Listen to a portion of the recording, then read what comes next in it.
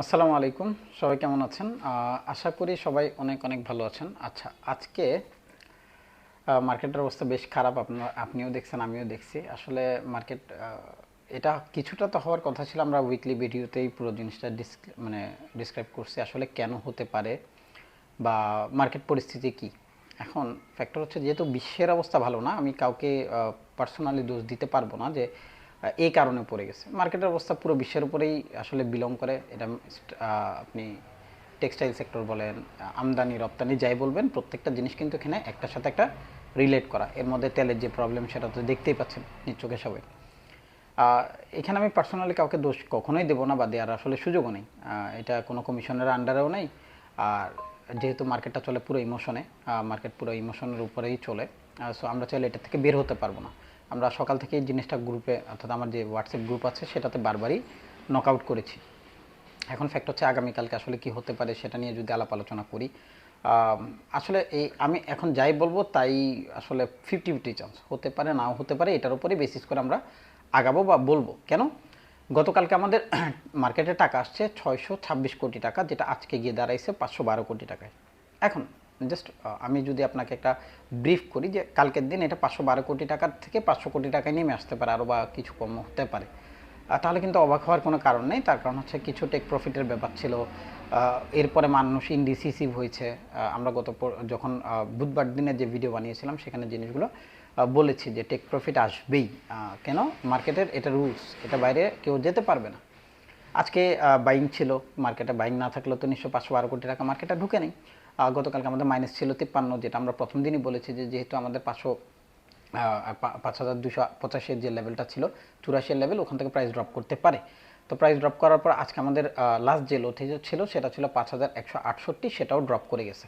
এখন আমাকে গত ভিডিওতে একটা ওই কমেন্টস করা হয়েছে যে একবারে বলে দেন বাই হবে নাকি সেল হবে। ভাই, একবারে যদি বলে দিই তাহলে আমার ভিডিও 3 সেকেন্ডের, এটা আমার বলার দরকার নেই, আমরা জাস্ট পোস্ট করে দিলেই পারি। কিন্তু সেটা সুন্দর না। প্রত্যেকটা জিনিস ডিসক্রাইব করাটা ইম্পর্টেন্ট। এখন আজকের দিনে আমাদের মার্কেট যেখানে এসে দাঁড়াইছে 5112, এরপরে যদি কোনো সাপোর্ট আসে বা মেজর সাপোর্ট স্টার্ট হয়, সেটা আমাদের প্রথম শুরু হবে 5097 বা 5100 লেভেল। কিন্তু মেজর সাপোর্টে স্টার্ট হয় 5077 থেকে। তো 5077-এর যে লেভেলটা মূলত শুরু হবে। আর আজকের একটা জিনিস অবশ্যই যেটা আসলে দেখার বিষয় ছিল, সেটা হচ্ছে 24টা কোম্পানি মাত্র দাম বাড়ছে, বাকি 351টা কোম্পানি মার্কেট কী করছে, ফল করে গেছে। আনচেঞ্জের খবর জানি না, ভুলে গেছি, দেখিনি বা খেয়ালও করিনি আসলে। তো আমাদের মেজর যে এরিয়াটা স্টার্ট হতে পারে সেটা হচ্ছে 5077, অর্থাৎ কালকে যদি মার্কেট খোলার সাথে সাথে নেগেটিভ থাকে, থাকতেই পারে। যেহেতু মার্কেট আসলে একদম র্যান্ডম ফল করছে, এটা আস্তে আস্তে ফল করেনি, একদম র্যান্ডম ফল করছে 1 2 3 4 করে।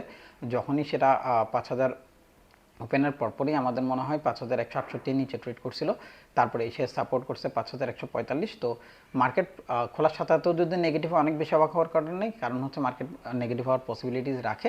আর যদি পজিটিভ হয় তাহলে মোটামুটি একটা ছোট্ট পজিটিভ 10 থেকে 12 পজিটিভ করে মার্কেট কিন্তু ড্রপ করবে।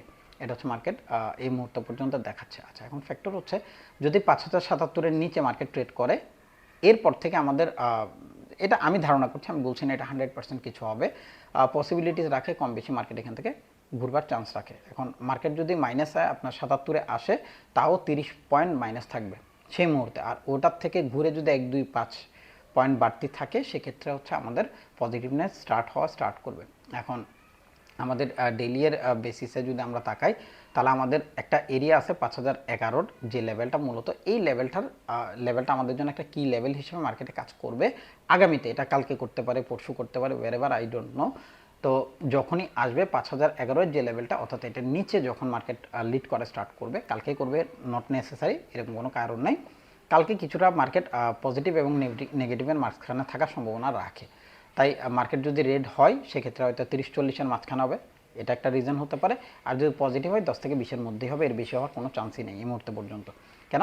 মার্কেট যখন লো ল্যান্ডে আসবে, লো ল্যান্ডে এসে ডিসিশন মেক করবে, ডিসিশন মেকের পরেই মার্কেট বাইরের দিকে যাবে। আর মেজর যে ডিসিশনটা আসবে, সেটা 5014 লেভেলের নিচে আসার পরে আসলে ক্রিয়েটটা হবে। তো কালকের দিন আমরা যদি ক্যান্ডেল পাই, এটা বললামই 30 থেকে 40-এর মধ্যে মাইনাস থাকতে পারে।